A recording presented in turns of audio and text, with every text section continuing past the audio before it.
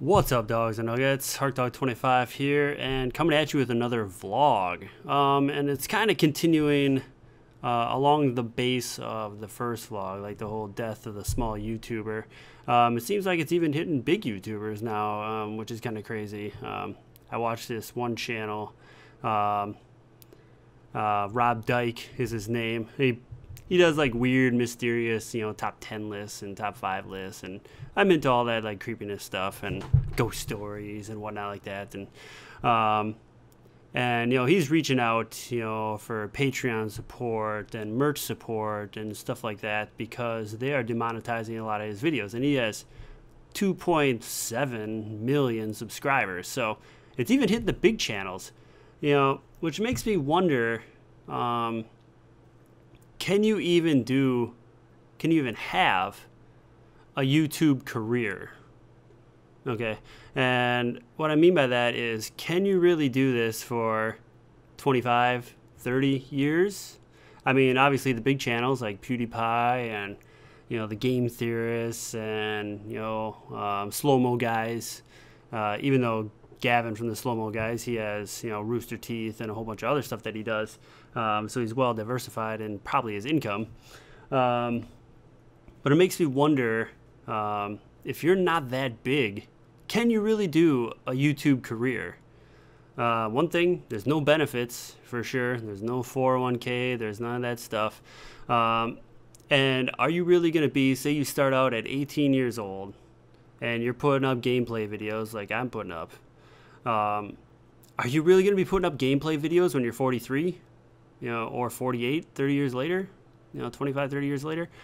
I mean, I feel like YouTube is such a short thing, and I liken it to social media like Facebook. I don't even go on Facebook that much anymore. Facebook just isn't that cool. I mean, I went on Facebook right away when it was only college students back in 2004, before it expanded.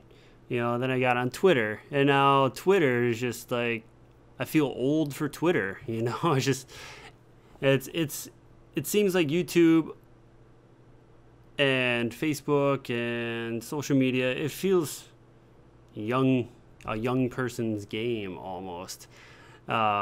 Because that, I think, is the majority of people who use it and are on it the most. Because, I check Facebook once every 3-4 weeks. I check my notifications. All right, nobody said anything. I don't scroll through anybody's pictures or anything like that. And Twitter, I check my notifications, and scroll through a few things, look at golf, look at the Brewers, the Packers, and a few other things I follow, and that's it. YouTube, I check out the few sites. I've been watching YouTube for, since it started, basically, almost 15 years ago. And I feel like I've watched pretty much everything that there is on YouTube. It seems like nothing really is unique coming out. It's just a new person doing it. And all the gameplays seem to be repetitive, especially like COD, and now everything's a battle royale, and that's getting old. And it seems like everything gets old. And, the creators are going to get old as well. So, obviously I'm being demonetized in 3 days. Yeah, July 20th. So I'm recording this July 17th. And it made me think, like, was I going to do this until I was 53? Am I going to be like the old guy that's playing games? Maybe one of the cool old guys. It gets me thinking that, now that I'm feeling old for like this generation coming up, you guys that are younger, some of you that are younger, from 15 to 25, in 10 years, you're going to feel old for the generation coming up. And it's just, and I liken it to history because history always repeats itself. You have different names, different individuals, but you're basically doing the same action in a similar thing. Like, oh, I'm growing up. Well, everybody's grown up before me. I fall in love. I meet people, deaths, accidents, highs and lows. All that stuff, has happened. Has been happening for thousands of years.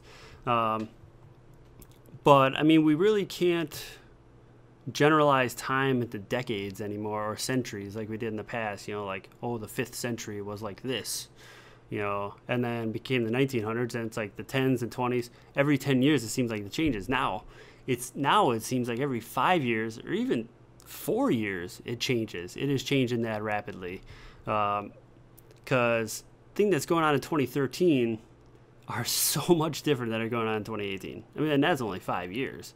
And 10 years ago, 2008, I mean, you didn't have smartphones. You didn't have any of this stuff, and now it's amazing what 10 years does.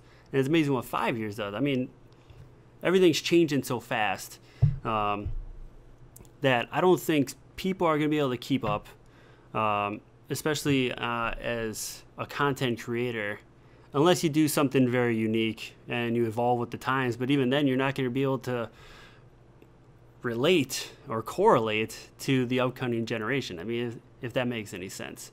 I'm not saying that you shouldn't try, but definitely try. Definitely give it a whirl, and you might be the few people that make it and actually do it for a career. But it seems like that's what's happening is kind of like a blessing, because it's just, I don't know. I was getting kind of wore out with it, because I don't make that much money. I mean, I have a spreadsheet. I can tell you exactly how much I've made from day one to now on YouTube. How many views I have, how many minutes watched, how many videos I put up, all that stuff. I have it on a spreadsheet, which I keep so many spreadsheets for everything. I keep track of everything. I'm pretty meticulous with numbers. And the hours I put in, it wasn't really reaping the rewards monetarily. Obviously, it was reaping the rewards, getting to know all of you, and getting to just be a part of, the communities and the gaming communities that are out there, and to have a lot of fun and to share a lot of laughs and, talk strategy and talk, hype and, what if this happened in this game? That'd be so cool if they added this, speculating stuff. And I definitely want to continue doing that, which I will continue, obviously. Just not as the frequent basis, like I said in the previous video. But then it also makes you wonder, like, if you're like 16 to 22 and you're wanting to start a YouTube career, definitely try it. Definitely do it. But diversify yourself. Like, I didn't start YouTube until I already had my career started. So I have a backup income. Same thing with Soul Mungry. He started his YouTube thing after he started his career, and then YouTube got big. Then he quit his job to do YouTube full time. So he definitely has the skills and the experience to get back into the workforce outside of a content creator for YouTube or on Twitch. And I just want to say that, there are plenty of career paths out there and plenty of things that you can do along with YouTube. I've been doing it for 4 years. 4 years? Yeah, like March 2014, I think that's when I started. And I did that alongside my career, and I also did that alongside doing all the stuff that I like to do on the side, like golfing, fishing, hunting, playing guitar, all those interests, and also all the working interests, like ripping shingles off of houses and pouring concrete and helping people build decks and doing labor skills. And also, as a scientist, graduated with degrees in biology and biochemistry. I also work, in a lab in research and development. I also work with computers. I also work with spreadsheets. I know how to work on a car. I mean, there's a lot of different things that I could do, if something, say, happens to my job. And I feel like the more we go along, and the more I talk with you guys and I talk with people in real life, is that it's very tunnel vision-y, you know, where there's a certain set of skills is very limited. Like, a lot of people can't even cook, you know, like, how can you not cook? I mean, that's the most basic thing you need to do. Oh, I just order out every day. Oh, okay. I mean, that's going to cost you an arm and a leg overall. But, you know, just even labor, you know, just if you worked on a weekend, I mean, and here in the city I live in, they're short of laborers. They're short of people that want to work construction. They're short of people that want to be electricians and stuff like that, plumbers. And, you know, these aren't like glorified jobs where you're going to become, you know, famous and, you know, put yourself out there and, you know, everybody's going to know your name. But they're going to start you off at $30 an hour. And they're going to have benefits, and you're going to have a union that's going to support you and your job, and, you know, make sure that you have all these things, so you can live, you know, a good life, you know, relative to working hard. And a lot of people do work hard on the content that they create. I probably don't work as hard as I probably should or would or could, just because there's so many other things I want to do. I just don't want to limit myself to just sitting in front of a computer for 5 hours a night. That just, it gets really, really old for me because I sit in front of a computer at work. I'm doing other things, but it's just, you know, I don't want to work 14 hours a day, all day, you know, Monday through Friday, and then, you know, work 3-4 hours Saturday, Sunday, you know, like I've done for the past few years. It's just, it's not something that I really care to do anymore, especially since the money's not going to be there, so there's really no incentive. But I want people to not give up the dream. The ultimate message that's going to come from this: don't give up the dream, but always have a backup plan. Always have a secondary, a tertiary skill that you can fall back on if something doesn't work out. And I was having a Twitter battle with somebody about, you know, a $12 an hour bachelor degree job, and you look at this job and it's like, oh, you have to be, you know, fluent in social media, and you have to type 50 words a minute. And I'm like, what? Any 15-year-old can type 50 words a minute and be fluent in social media. This job is either a bogus job, one, two, that a bogus job that not fake, a bogus job that nobody wants, or two, the market is so inundated with, you know, bachelors of business and their generalized studies that, you know, they don't have the experience or the, you know, the internship that they need, so they're stuck with this starting job. Granted, it paid benefits or not, and I started out at $15 an hour at my job, and slowly worked up, you know, to where I make a decent amount now. But it took 10 years, you know, and you have to do the research before you go to college. You have to do the research and figure out what you can do, what's your skill, what you can provide, and then look at the other jobs that are just 2-year jobs, like, you know, like the welder and the electrician and, you know, the construction foreman and stuff like that. Because if you go to college and you try and specialize in something and you only do 4 years and you just get a general degree and you don't specialize, you're going to get a general job. That's why when you go for a master's program, it's a very specialized program. They specialize you in something, and that's why you're worth more. If you get something general, it's not worth as much. And when everybody goes for the same thing and everybody's fighting for a finite number of jobs, you know, they can lower the wages for that job because someone's going to take it because they need it. And since there's such a shortage in the labor force for just manual labor jobs that, you know, require a lot of technical skills. Honestly, I have a lot of friends that do it.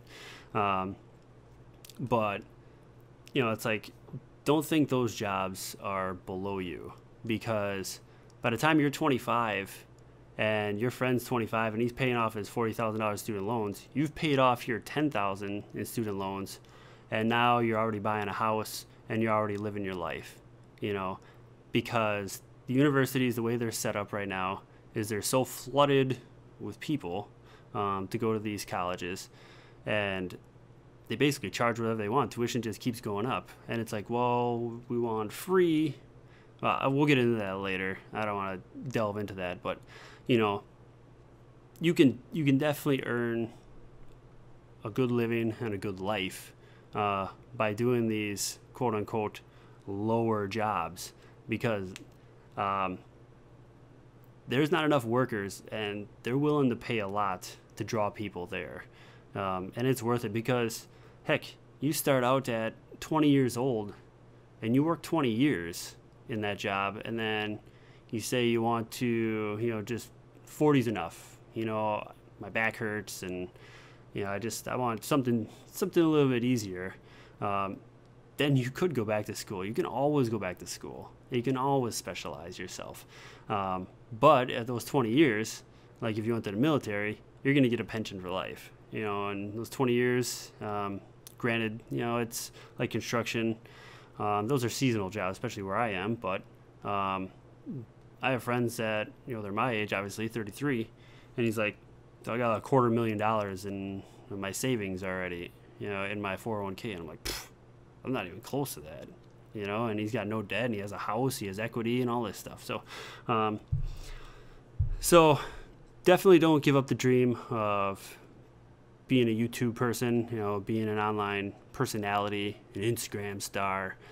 But, you know, keep in mind that you might not be doing it forever, and that you should have something else that you want to do outside of this that's, you know, work related, not just, you know, a leisure sport or an activity, because those always don't lead to jobs, unfortunately. So that's just something I want to get off my chest and continue with this.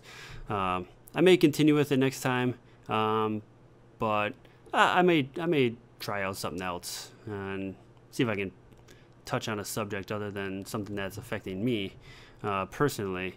And yeah, maybe I'll talk about the Packers or the Brewers, or, you know, rate my favorite Arnold movies or something like that. You know, do something fun like that. So, but I have other ideas as well.